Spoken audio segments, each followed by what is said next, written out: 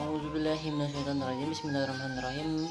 Assalamualaikum warahmatullahi wabarakatuh. Perkenalkan, nama saya Wildan Yaja Marullah, NIM U 2019-1093 dari kelas YT 2 semester 4. Saya di sini akan membawakan tentang latar belakang pemikiran mengenai Al-Quran dari tokoh Nurcholish Madjid atau Cak Nur, dan produk karya ilmiahnya dari Nurcholish Madjid yang saya bawakan adalah Islam, Doktrin dan Peradaban, sebuah telah kritis tentang keimanan, kemanusiaan dan kemodernan.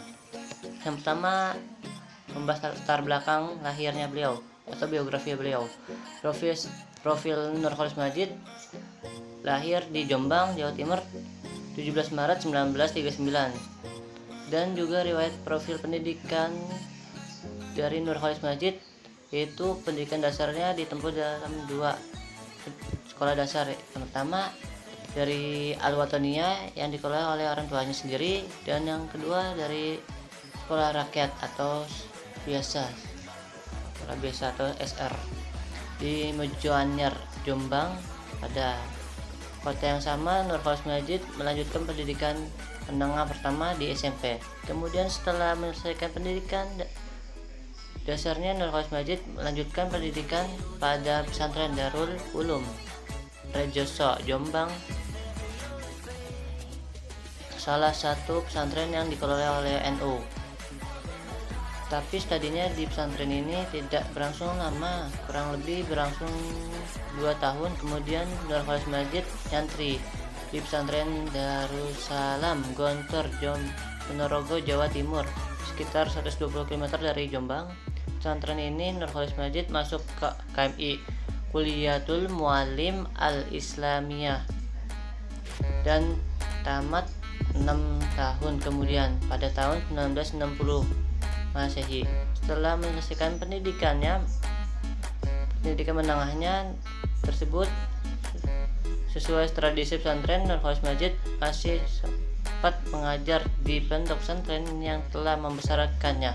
Kurang lebih 1 tahun dia mengabdi di pondok pesantrennya. Kemudian Nurcholish Madjid melanjutkan pendidikan tingginya di luar Jawa Timur. Contohnya seperti YIN Syarif Hidayatullah di Jakarta, pendidikan tingginya.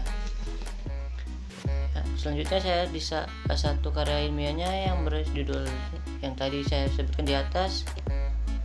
Saya akan membahas tentang